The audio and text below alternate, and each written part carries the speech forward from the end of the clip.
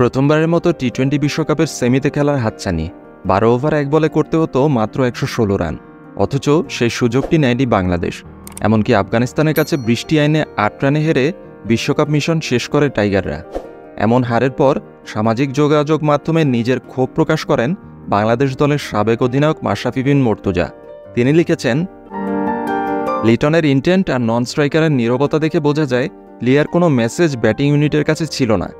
আর যদি থেকেই থাকে তাহলে প্রতি ১ বা ২ ওভার পরপর চেঞ্জ হয়েছে, যেটা শেষমেশ এমন জায়গায় দাঁড়িয়েছে যে স্রেফ ম্যাচটা জিত। অথচ আজকের হিসাবটা ছিল শুধুই ১২.১। এর বাইরে কিছুই ভাবার সুযোগ ছিল না। তাতে যদি ৫০ রানেও দল অল আউট হতো, অন্তত সবাই সেটা সহজভাবে নিত।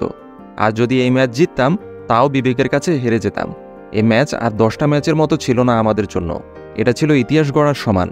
এরপরও অবশ্যই আশা দেখি বা দেখব, ইনশাআল্লাহ, হয়তো কোনো একদিন। প্রথমবারের মতো সেমিফাইনাল নিশ্চিত করা আফগানদের অভিনন্দন জানিয়ে তিনি লিখেছেন, অভিনন্দন আফগানদের, কি দারুণ তাদের শারীরিক ভাষা, শেষ পর্যন্ত লড়াই করে যাওয়া এবং শেষে তাদের সেলিব্রেশন। নিশ্চয়ই কাবুল এখন কাঁপছে।